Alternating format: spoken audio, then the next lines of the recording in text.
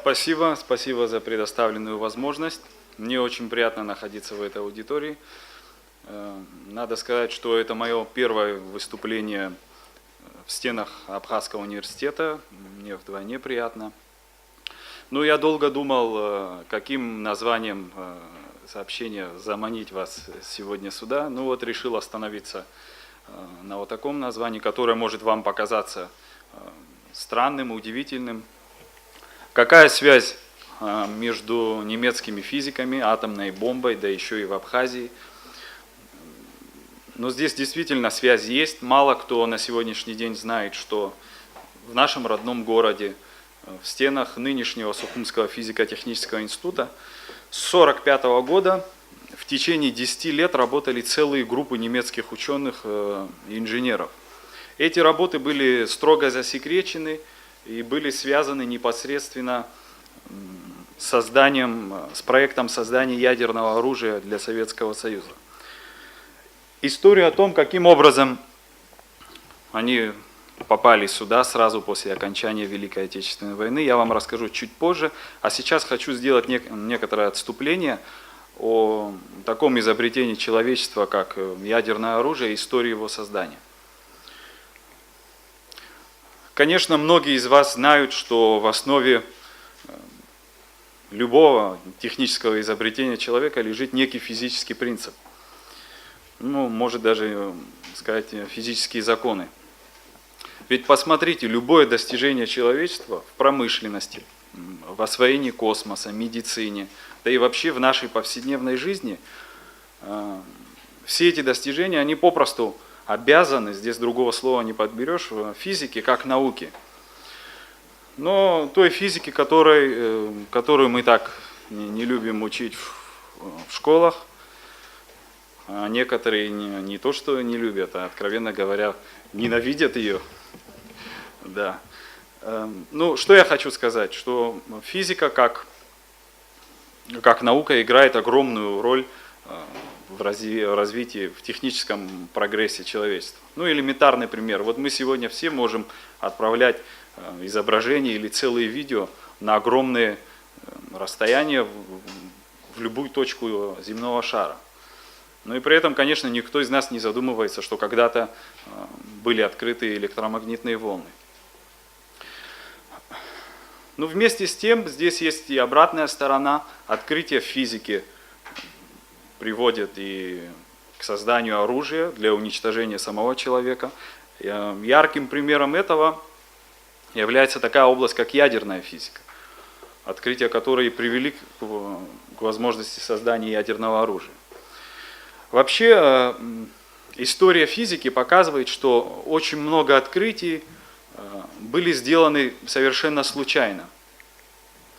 Но когда я говорю случайно, это не значит, что, скажем, ученого, так скажем, вдруг осенило, и он сделал великое открытие. А напротив, в результате упорного труда, исследуя некую область, ученый сталкивается или замечает некоторое явление, которое раньше было неизвестно. Так, к примеру, произошло в конце XIX века с немецким физиком Рентгеном, который открыл свои рентгеновские лучи. Вы знаете, какое широкое применение они получили в медицине. Точно так же и произошло с открытием такого явления, как радиоактивность, французским физиком Анри Беккерелем. В свою очередь он пытался выяснить природу рентгеновских лучей и наткнулся на такое явление. Ну, это примерно произошло так. У него был кусочек минерала, который содержал уран. И он его оставил в шкафу на ночь и положил сверху на фотопластинку, или другими словами, фотопленку, завернутую в черную бумагу. А утром пришел и проявил. И он обнаружил, что пленка засвечена. Вот здесь вот можете видеть. Что это означало? Значит, кусочек урана, кусочек камня самопроизвольно излучает невидимые лучи сквозь непрозрачный экран. Это было поистине революционное открытие. И вы знаете, За ним в начале 20 века последовала череда других крупнейших открытий, которые вообще изменили миропонимание, физическое миропонимание. Я не могу, у нас нет времени долго останавливаться на этом, но я расскажу еще об одном открытии в области ядерной физики уже, которое в некоторой степени тоже было случайным, и оно открыло перспективу создания ядерного оружия. В 1938 году немецкие физики Отто Гahn и Фриц Штрасман обнаружили, что ядро урана под действием нейтральных частиц, они называются нейтроны, это ядро расщепляется или делится на осколки с выделением большого количества энергии. При этом оказалось, что этот процесс сопровождается рождением следующих вторичных нейтронов, которые в свою очередь вызывают деление следующих ядер. Таким образом, возникал такой лавинообразный процесс. И важность этого открытия физики многих стран поняли моментально. Значит, на уране можно осуществить цепную реакцию с выделением огромного количества энергии. А значит, возможно и создать оружие небывалой мощности, основанного на этом принципе. Ну, часто приводят такой пример, вот при расщеплении 1 грамма урана выделяется столько же энергии, как при сжигании 3 тонн угля. Этот вопрос роковым образом переплелся с началом Второй мировой войны, которую развязал Гитлер. Надо сказать, что немецкие ученые поставили в известность свои высшие военные инстанции о том, что на практике можно применить вот реакцию деления ядра. Таким образом, в Германии раньше всех стартовала программа по созданию ядерного оружия. Она называлась «Урановый проект». И в ней участвовали ведущие институты Германии, ведущие ученые. Кстати говоря, научное руководство этим проектом осуществлял крупнейший физик 20 века Вернер Гейзенберг. Но забегая вперед, скажу, что несмотря на то, что Германия имела все возможности для осуществления атомной бомбы, все-таки этот проект оказался неудачным. Здесь есть множество причин. Однако, назову, наверное, самое главное, это то, что Гитлер все-таки не делал ставку на ядерное оружие, на которое надо было тратить годы и очень большие ресурсы, потому что он надеялся победить в этой войне очень быстро. Его больше интересовало оружие, которое можно создать за более короткий срок. Ну а что же происходило в других странах? Надо сказать, что многие физики еврейского происхождения, спасаясь от нацистов, они эмигрировали в Великобританию, и в США, в другие страны. Вот они-то и в первую очередь забили тревогу по этому поводу. Кстати говоря, сам Альберт Эйнштейн обратился к президенту Рузвельту, и в котором он предупреждал об опасности, если атомная бомба попадет в руки Гитлеру. Таким образом, в США стартовал проект по созданию оружия ядерного. Он назывался Манхэттенский проект. Он объединил силы Великобритании, США, Канады, Европы. Это был международный научный коллектив. Проект велся с широчайшим масштабом. В нем было задействовано около 130 тысяч человек. Было потрачено около $2 миллиардов. Ну и в результате американцы первые добились успеха. Они создали первые свои 3 атомные бомбы. И в июле 1945 года прошло первое ядерное испытание. Взорвали атомную бомбу под таким веселым названием «Гаджет», штучка. Но на этом американцы решили не останавливаться и решили применить остальные 2 бомбы, так скажем, в действии прямо по населенным пунктам. Ну, это вы, наверное, уже знаете. 6 и 9 августа 2 бомбы, также под интересными названиями «Толстяк» и Малыш были сброшены на японские города Хиросима и Нагасаки. Конечно, эффект был разрушительным, погибли сотни тысяч человек.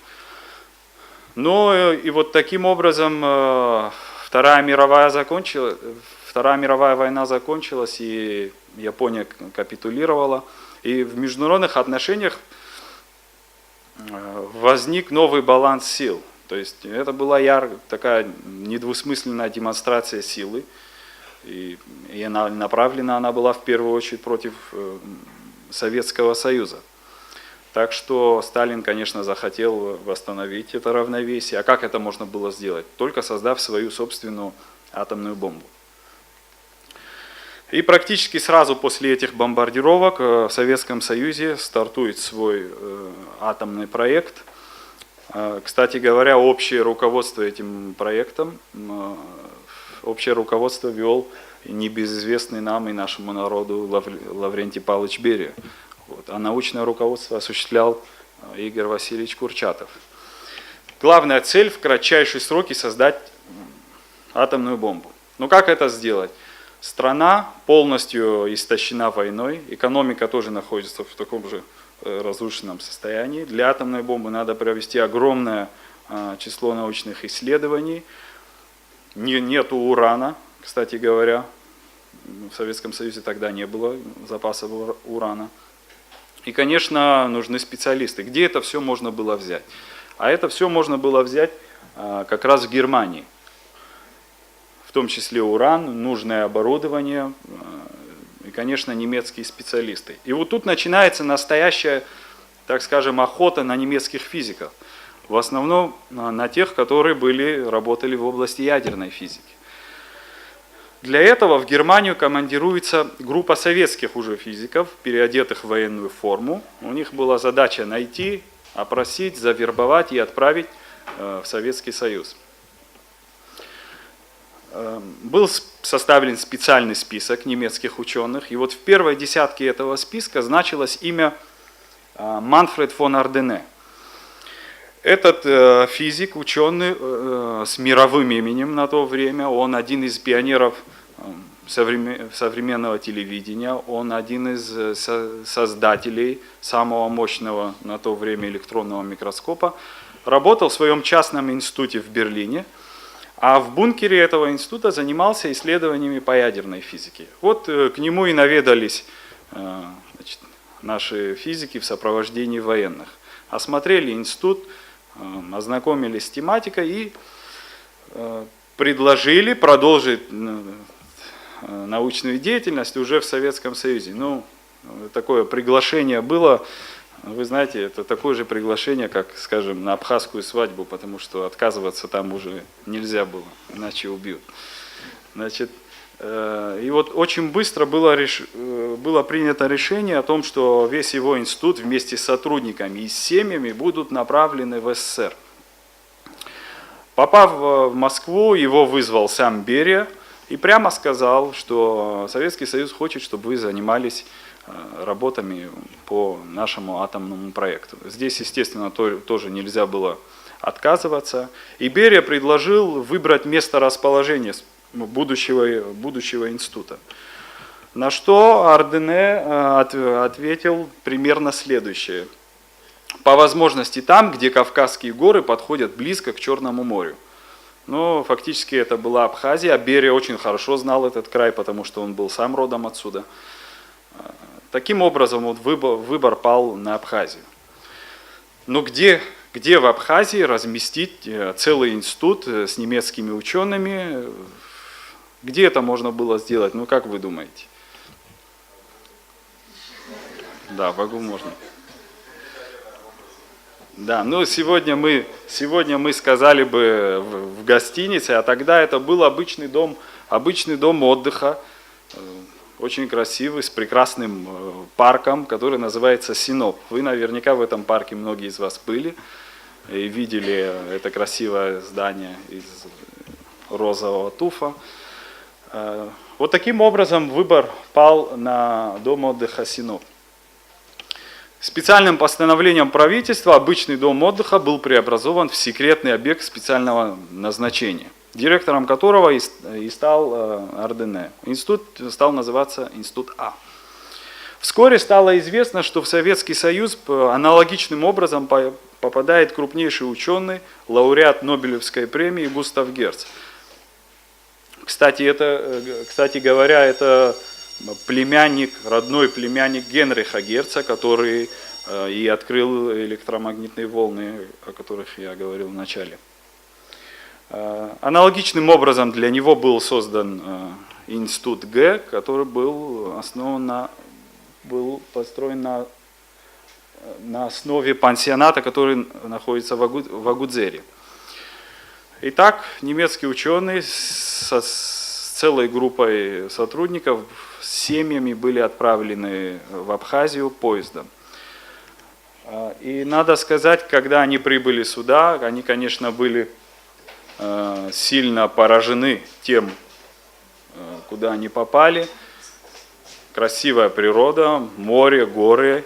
Они, конечно, не ожидали такого увидеть. После разрушенного Берлина это было для них настоящим раем. Но радость их длилась недолго. Вскоре эти территории институтов обнесли забором с колючей проволокой. Был введен особый режим секретности со всеми вытекающими отсюда последствиями. Выход за территорию, естественно, был запрещен, а если все-таки выходить, то обязательно в сопровождении офицера в штатском. Они их называли бигляйтер. Бигляйтер на немецком означает сопровождающий. Ну, кстати, оно созвучно со словом бег, побег. Кстати говоря, даже дети немецких специалистов, которые ходили в школу, даже их сопровождали офицеры НКВД. Да, ну и главная задача институтов, главной задачей стала разработка методов обогащения урана. Ну здесь надо пояснить. Дело в том, что для ядерной начинки урановой бомбы нужен не просто уран, а редкий его изотоп, уран-235, который в природной руде встречается в очень малых количествах. Его концентрация составляет всего лишь 0,7%. То есть для атомной бомбы концентрацию этого изотопа надо существенно повысить. Ну, на языке физики это называется разделение изотопов. Мы потом, может быть, со студентами технических специальностей более подробно можем это обсудить. Это невероятно сложная техническая задача, особенно в промышленных масштабах. Но бывшие санатории надо было преобразовывать в настоящие исследовательские институты. Для этого нужно было их оснащать. Опять-таки из Германии вывозили оборудование, научное оборудование, шли целые эшелоны с оборудованием в Абхазию, в том числе и крупные установки, вот, к примеру, 60-тонный циклотрон. И надо отметить очень крупное финансирование сразу с первых годов. Вот за первые годы в институт было вложено около 40 миллионов рублей. Это по тем временам очень большие деньги были. Да, я назвал только директоров институтов, но в научных коллективах работали очень именитые ученые, например, вот Питер Тиссен, он являлся директором крупнейшего института химической физики в Германии, Макс Фольмер, Макс Штейнбек. Ну, вы знаете, не хватало все-таки рабочих рук, нужны были механики, нужны были инженеры, и где их можно было взять? Ну, решили их находить в лагерях для военнопленных. Кстати говоря, ближайший лагерь для военнопленных находился в Очимчире, и директора институтов Герц и Ардене лично ездили и среди пленных выбирали себе сотрудников, проводили с ними собеседования. Естественно, пленные, увидев такую возможность освободиться, они выдавали себя за кого угодно, ну, лишь бы попасть на работу в институты. Кстати, некоторым это удалось. Кстати говоря, с каждым из немецких специалистов заключался особый контракт на очень выгодных условиях. Им платили очень большие деньги по сравнению с советскими сотрудниками. Вот, к примеру, если советский сотрудник получал 200 рублей, такая зарплата была, то немецкий специалист такой же квалификации получал 2 или 3 тысячи рублей. Ну, директора институтов получали по 10, 8 тысяч рублей, это были большие деньги. А куда их можно было девать? Не на что было тратить. Поэтому им разрешалось особым банковским переводом отправлять эти деньги в Германию. И, кстати говоря, по очень выгодному курсу. 1 рубль к 2 немецким маркам. То есть, когда они уже отсюда уезжали, можно сказать, что многие из них были богатые. Кто-то даже умудрился, находясь здесь, купить себе земельные участки и жилье в Германии. Вот, так что у них все было хорошо. Но за 10 лет работы немецкие ученые, конечно, внесли большой вклад в атомный проект СССР. Многие результаты их работ нашли прямое промышленное применение в обогатительных заводах, в громадных обогатительных заводах Советского Союза. Таким образом получили первые необходимые килограммы обогащенного урана, который был использован в урановой бомбе. А, кстати говоря, первая бомба Советского Союза, она была точной копией американской, у нее был плутониевый заряд. Кстати говоря, вот эти обогатительные заводы, они позволяют сегодня России занимать лидирующее положение на рынке обогащения. Поэтому вклад немецких ученых считается существенным. Кроме того, они очень хорошо делали приборы, многие из которых пошли в серийное производство. После проведения ядерных испытаний ситуация как бы чуть-чуть успокоилась, и постепенно немцев начали переводить на несекретные уже работы. И через определенное время, к 1955 году, они были уже отправлены домой в Германию. После их отъезда 2 площадки А и Г были объединены, и так появился Сухумский физико-технический институт, который после этого вырос в мощный многоотраслевой научный центр. Сегодня он входит в систему Академии наук Абхазии и в основном сотрудничает с российскими предприятиями Росатома. И занимается в основном базовыми технологиями космической ядерной энергетики. Ну, наверное, уже я подхожу к концу, я хотел бы просто показать фотографии. Мне удалось поехать в Германию, встретиться с непосредственными участниками и очевидцами тех событий. Вот, к примеру, Клаус Тиссен, это сын Питера Тиссена, также из числа военнопленных. Я взял у него интервью, он основной мой источник информации для моей работы. Я занимаюсь историей института вообще. Но вот он мне рассказывает, как там за колючей проволокой им приходилось чуть разнообразить свою жизнь. Они устраивали праздники, маскарады, концерты, танцы. И вот в парке есть такая сцена, может быть, вы ее видели. Там выступал оркестр из военнопленных немцев. Вот внизу дом, где проживал Клаус Тиссен. Они, кстати, приезжали сюда, в Абхазию. Хартвин Юнг Клаусен – это племянник Нобелевского лауреата. Он мне предоставил вот такую интересную фотографию. Густав Герц вот косит у себя во дворе. Это семья фон Ардене. Я получил приглашение в Дрезден. От них, конечно, у них особые впечатления об Абхазии. Они все свое детство, так сказать, провели в Синовском парке, предоставили мне вот интересные фотографии. Вот даже у них там ослика им приобрели. Так что они с большой теплотой вспоминают весь этот период, несмотря на то, что это фактически был такой, так сказать, плен. Да, после отъезда Манфред фон Ардене основал свой институт, после этого этот институт расширился, сейчас у них